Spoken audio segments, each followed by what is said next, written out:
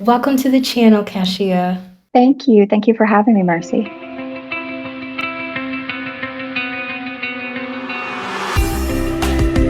Cashea Earls is a certified trauma-informed integrative health coach and the author of Primal Rebellion, Escaping the System, A Journey Back to Your Becoming. So for starters, I read that you said your book is a wake-up call for the soul. Why is that? Well, to be honest with you, I call it a wake up call for the soul because that's exactly what it was for me. Most of my life, I've struggled, with chronic health issues, severe trauma, and the feeling of truly, not belonging anywhere. I went through many years of struggling to get by and just basically surviving. When I started my healing journey, I discovered that a lot of the belief systems that I had inherited early in life weren't truly serving me and that they weren't ones that I had really chosen for myself. So I gained a lot of valuable knowledge around things like intergenerational trauma and how most of us are taught to adapt to systems and belief structures that get passed down generationally and don't actually align with our true self. I also have lived experience of this, and that was my reality for almost 4 decades.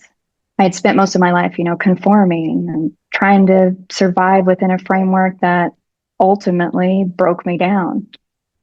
I know now that we've been conditioned and it has become more normalized to disconnect from things like our primal instincts, our inner knowing, and our sacred connection to truth.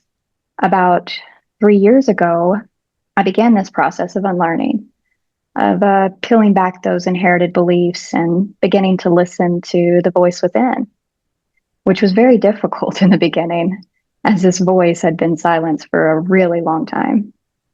I broke down the foundations of what I had built my identity on and started to build each one from a place of truth, from a place of intuition and divine connection.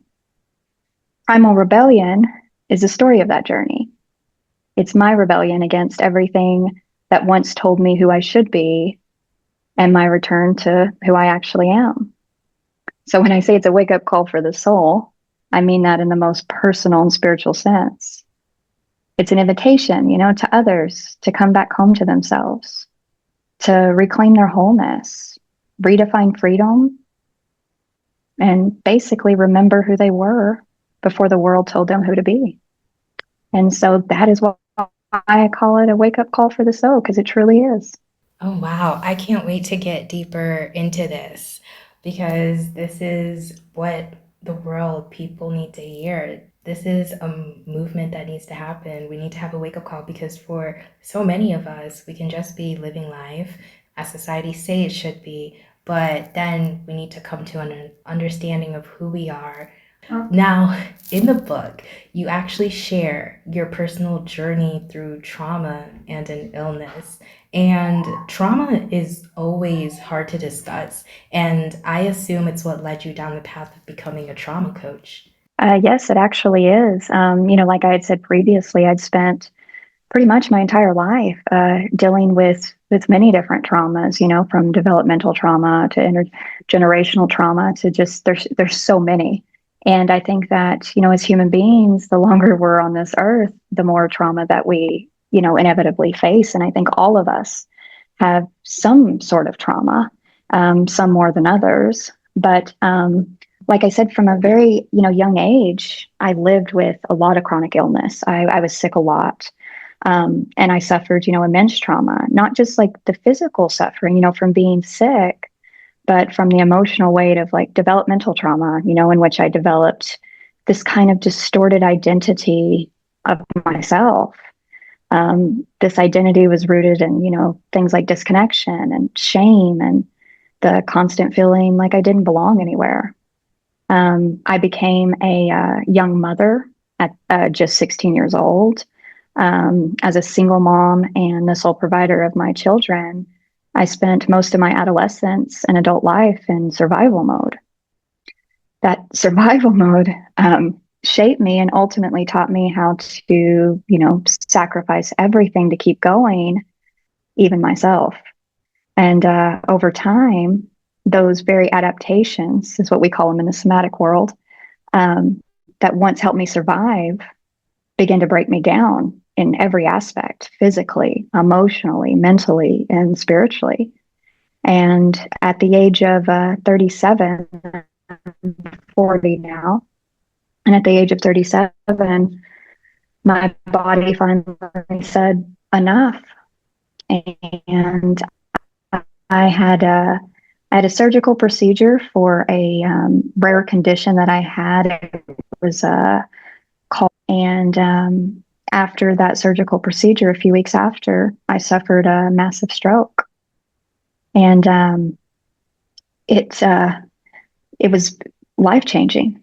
And after the stroke, we quickly learned that I had developed a condition called retrograde amnesia, and I'd lost over a decade of my memories.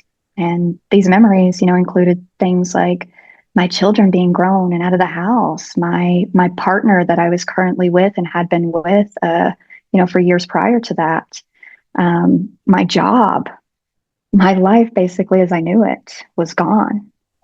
And it felt as though my entire being, my body, my mind, my soul, had completely gone offline. And at the time, no one around me had any experience with this and what I was going through. So I had no map, no model, no guide, no direction on where to go next. That was a very terrifying moment, when I realized that everything that I once knew and that was familiar was gone, including myself. But it was also the moment, that everything changed for me. I realized that if I was going to have to rebuild my life from scratch, from the bottom up, it had to be from the ground up, and it had to be with intention. And in my experience, the Western medical system, had failed me for decades with my, previous experience with chronic illness. And I didn't need another quick fix. I needed to heal, at the root. So I became what I needed. I searched, I studied, I spent so much time, finding different modalities, Eastern medicine. I just delved right into it and slowly began to repair, what had been broken. And it was from that place, of lived experience that I felt called to help others do the same. So becoming a trauma coach wasn't just a career pivot. It was more of a soul-led mission, born from survival, from surrender, and from sacred rebuilding. And I wrote Primal Rebellion to offer a resource, one that I had once longed for myself. So it's been quite the journey. I am so sorry to hear what you went through, retrograde amnesia. And I can't believe it reached the point where you literally forgot memories, core memories about your own children. And the positive thing about it, I love that you decided you're going to help people who have been through what you went through. And I think that is such a wonderful thing that you're doing. Okay, so after all this, there's a pinnacle moment that you write about, an awakening that changed absolutely everything for you. You want to tell us about that? Yes, of course. I would say that moment happened about a week after my stroke. I had been referred to a neurologist, to discuss what came next, basically how to deal with the stroke's aftermath. I remember sitting in his office, terrified and hoping for some kind of, answers, guidance, really anything. But instead, he spent 15 minutes with me before handing me a prescription and saying something like, take this, you'll be fine. And that was it. And I remember sitting there, and I honestly was in so much shock I couldn't believe it. I had just suffered a massive stroke, and I couldn't remember a good portion of my life. And yet this doctor looked right through me with no compassion and no empathy and thought a pill would fix it. And I remember leaving this office, and I was so furious. In my experience, like I said, the medical system had failed me many times before. But this was different. This felt like more of an abandonment, at one of the most vulnerable moments of my life. And I remember I was laying in bed that night and I kept replaying his words over and over again. And I was so angry and I went through so many different emotions at the time, of fear and sadness and just kind of what am I going to do? I have no one here to help me. And then something beautiful happened. I realized that no one was coming to save me. Not a doctor, not a system, not even the people who love me most. And not because they didn't want to, but because it wasn't truly their job to do so. It was mine. And that realization was both devastating, but it was also freeing at the same time because the pressure, I guess, of waiting on someone to come in and save you was gone. And I guess in that moment, I understood that if I wanted to live, to truly live, I had to become my own rescue in a sense. And I had no plan. I didn't even know where to begin, but I did know that the only way out was through. And I made a decision that night that I would be the one to save myself. And that moment is where everything began to change. And I remember laying there in bed and having this overwhelming feeling of fear, but directly after an overwhelming, feeling of peace. And I knew at that moment that that was the Holy Spirit. And that was not from me or from the other. And we all know who's, had experience with the Holy Spirit and how it encompasses your body is that you know immediately when that takes over. And it was such a freeing experience that it gave me, the hope and motivation to start somewhere, on my journey and to start learning and to start picking up the pieces and starting to rebuild my life, with intention, with grace. And so it was quite the awakening. I am so sorry that that's how that went. But what's wonderful is that you are so proactive about your health. And it's great when people do that, but it's also sad because you can see that the system is failing them in some way that they have to take matters into their own hands. But when I hear your story and how Yes. great things turned out for you, you're one of the blessed ones, you're one of the lucky ones. And it also shows us that there's changes that Yes. need to be made in the medical field about that. And now, sadly, in all our lives, we all may reach that point where the pressures of the world mold us into being something we're truly not. And you write on how we should go against that grain and begin the process of unlearning things. So, what's that process look like? I would say the first step always starts with awareness because we can't begin to, unlearn what we haven't even realized we've absorbed in a sense. So in the book, I guide my readers to first get really honest about the belief systems, that have shaped them. Beliefs about, their health, success, money, relationships, faith, even their self worth. And most of these beliefs aren't ones we chose consciously. They were handed down to us, by our families, by culture, our schools, even our trauma. So we have to first become aware, of what these actually are. So once we become aware, the next step is to gently ask, do these beliefs, still serve me? Do they even really belong to me? And that's where, the unlearning process begins. It's not about rejecting everything or becoming rebellious just for the sake of it. It's about getting real with yourself about what truly aligns with your soul and what doesn't. And I'll be honest, this part is very painful. It was very painful for me because the belief systems we've held on to, often feel like home, even when they're hurting us. That's how we're wired. And letting go of them is like grieving versions of ourselves, that once got us through those seasons of our lives, and helped us survive our identities, basically. And there's a kind of death in that. It's a sacred death, but it's definitely one that deserves to be honored, for getting us through those seasons of our life.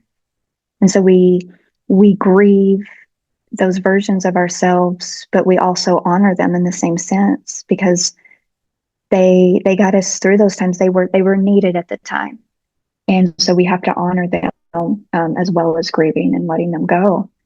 Um, so from there, we enter into what I like to call the messy middle, and this is that uncomfortable space where you've just let go of what no longer fits, but you haven't quite built the new foundations yet. You basically don't feel as though you have an identity at all in this messy middle, and it can feel very disorienting, very lonely, and it's very terrifying. I describe it in my book like being dropped in the middle of the Amazon with no map, no compass, no guide to help kind of bring you through it, and that's terrifying. It's basically the wilderness season. And I'll be honest, many people turn back here or don't make it through because it is a very, very hard part of the process. But in my opinion, it's the most sacred and the most needed. Because if you can get through that and you can sit in that space long enough with curiosity and a lot of grace, something beautiful begins to emerge. Eventually, you start building new beliefs, ones that you chose that feel like truths in your bones. And they're beliefs, rooted in who you really are and not who you were told to be. And that's where the transformation, really starts to begin. I would say the final step is learning how to live those beliefs in a world that constantly tries to pull you back into the mold, which is also a difficult part of this because this is ongoing. This is never ending. There is no finish line. This is a forever process. And I think that also takes a little bit of the pressure off as well, because I think if we know that, at least it did for me, when I knew there wasn't no end goal, this final place that I had, to get to, it was like I was allowed to be human. I was allowed to be imperfect. I was allowed to make mistakes and still come back and go back to old habits and come back to new beginnings. And it really took a lot of the pressure off for me that this is just, a, a choice for my life moving forward. And it wasn't something that I needed to do in a week or, like our culture is everything quick now, get skinny in 7 days, do this, quick fix here. And it was just, it was so nice to realize like, this is not necessarily a destination that I'm going to get to. It's an ongoing process of life. And it takes a lot of intention and a lot of courage, to live outside the box is what I call it, which is the societal belief systems that's in our culture. And but what's really amazing about it is it's also where true sovereignty and real freedom lives. And like I said, even then, it's not a one and done process. We change, life changes. We go back to old habits a lot of the times, which I did many, many times. So the work of unlearning and realigning is lifelong. And there will always be moments when we have to pause, reflect and ask again, is this, still true for me? Does this still align with the season that I am, in my life right now? And I think that's the real beauty of this path. It invites us to stay awake, to stay honest, and to stay connected to who we are becoming. And it's such a beautiful process, or at least it was for me. Yes, the transformation that takes place throughout life is actually so beautiful. And Yeah. I like the part where you said, like, step one, you've got to mourn who you were in the past Mm-hmm. and accept who you are becoming. And Mm-hmm. scripture puts it so well. It says that once you become a believer, you become a new creature in Christ. You Yes. have to let Yeah. go of who you are because God's let it go. He's Yeah. forgotten your sins, He's transformed you into a new person. So, life, transformation in life is a constant, continuous process. And I think you Yeah. just put it together so well. Now, you also note that inherited beliefs actually shape our suffering. So let's delve into that a little more. Okay, perfect. Inherited beliefs, are the unconscious frameworks that we live by, the thoughts, rules, the expectations that are passed down to us, from families, culture, religion, our education systems, and even collective trauma. And we don't usually choose them consciously. That's what I learned. They're absorbed over time, especially when we're young, and they start to quietly shape how we see ourselves, how we see others, and how we see the world. Some of those beliefs are like, your worth is based on how productive you are. Rest is laziness. You have to earn love by self sacrificing. True success is measured, by financial wealth or social status. You should never question authority or tradition. It's things like that. And these aren't just ideas, they become, the lens through which we live our lives. And for many of us, they're the root of, our suffering. They disconnect us from our bodies, they silence our intuition, and they keep us in cycles of burnout, shame, fear. As a society, we overfunction, we people please, we disconnect from who we are because we're trying to live up to the beliefs that were never truly ours to begin with, in a sense. In the book, I walk readers through like the 10 core belief systems that I believe impact almost every person to some degree, like health, work, relationships, education, money, spirituality, aging, appearance, and self worth. I think these belief systems aren't inherently bad, but when they're inherited without awareness or consent, they can lead to a deep misalignment and over time, suffering in the body, in the mind and the soul. And unlearning those beliefs is a sacred and courageous process. And it's how we move from survival to sovereignty. It's how we begin to heal, at the root, like I had said previously. So, yeah. That was so well said. These inherited beliefs are actually what cause a lot of young people, well, young and old, to take their lives because they're believing these points that you stated that at a certain period in your life, society tells you you're supposed to be a certain thing, you're supposed to be at a certain place. And when they believe those inherited beliefs that they sometimes hear from their own family, maybe their relatives or their peers or coworkers, it's when they feel like they don't add up and they feel like they have to get out. So when you speak and say that we should consider what inherited beliefs have we taken on as our own, we should really consider, why do I believe this? Why do I need to believe this?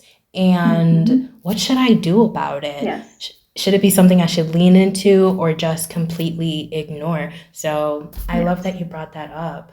Okay, so there are systems that you say feed into our disconnection. So what are these systems? Well, let's be honest, there are so many, right? But the truth is, the systems that were created to, support us often end up disconnecting us from ourselves. And so, for instance, the education system, it teaches us basically how to conform, but not how to feel. We're taught to feel. There's very little room for, creativity or intuition or emotional intelligence. It is based merely on just performance and productivity, right? The healthcare system, we talked about, tends to treat symptoms, not root causes. It rarely asks, what happened to you or where does it hurt beyond the body? Instead, it rushes to, to give you a diagnosis and prescribe you a pill, which leaves so many people feeling unheard and unseen. And to be honest, truly unhealthy, right? The corporate and economic systems, reward burnout and busyness and hustle culture and, self-sacrifice.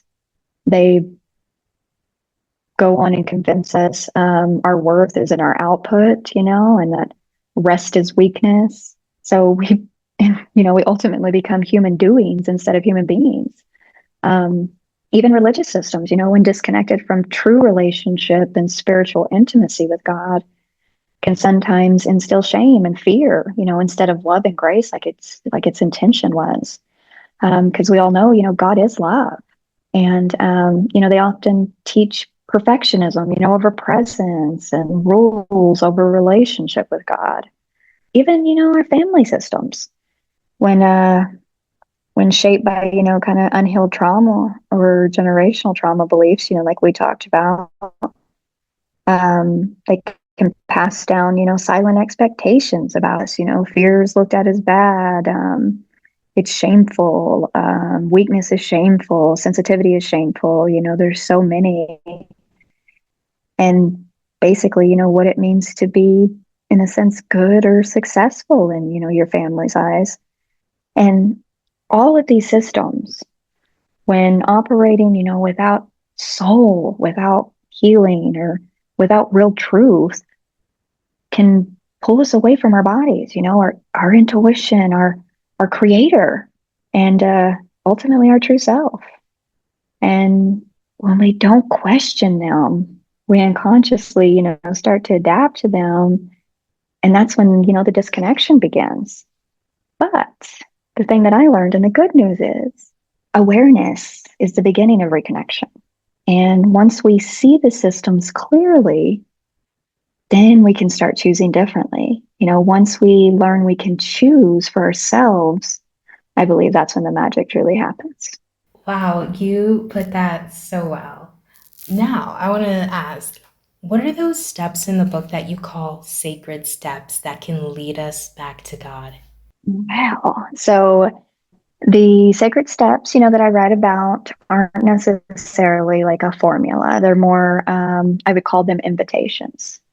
They're very gentle. They're soul deep, invitations to come back home to God, and not the version we were taught, to fear or to perform for, but the God who never left, the God who meets us in our brokenness and not after we're cleaned up, the God who whispers, "You're still mine," even when we wandered way too far. And these steps, again, begin with awareness of the beliefs and the systems that, shaped us and pulled us away from God's original design for us. We can't return to Him if we don't first recognize what's been keeping us apart. So that's first. And then comes, of course, remembrance. So, remembrance is about, remembering who we were, before the world told us who to be. Um, it's basically before we attached our, worth and ourselves to performance and perfection. It's about returning to that inner child who still felt God's presence, before all the shame, before all the trauma, and before life hardened our hearts. And then the next step is release. It's letting go of what no longer aligns with our truth. It's releasing those false identities, those spiritual wounds, old narratives, and in some cases, even the God we were, wrongly taught to serve. Um, then comes, the restoration, the quiet rebuilding of trust. It comes, with trusting God again and trusting ourselves to hear His voice and not to confuse it with our own or, the voice of the flesh. And this step, of course, is often slow and it's very tender because it's about learning how to be in relationship again and not just religion.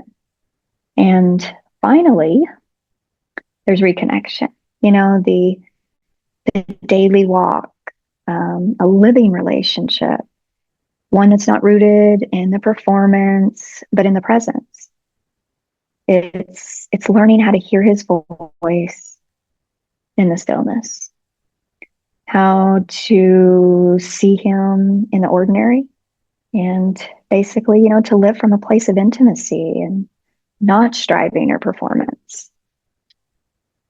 And I believe that these sacred steps are less about doing and more about becoming. They're less about striving, and just being there, and to gain that intuition, that God gave us in the beginning. And there's steps, of course, that led me back to God, and not as like a distant judge, but as a loving father who held space for every part of me, even the most broken.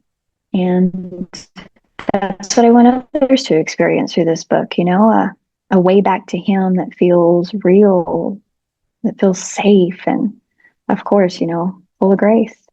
Those are great. Three steps, like anyone listening right now can literally start taking. Because when you endure trauma, you're in survival mode for years after the fact. You are in fight or flight mode. You just think you're in constant Yes. danger. But step three is so important when you say, guys, you have to release that.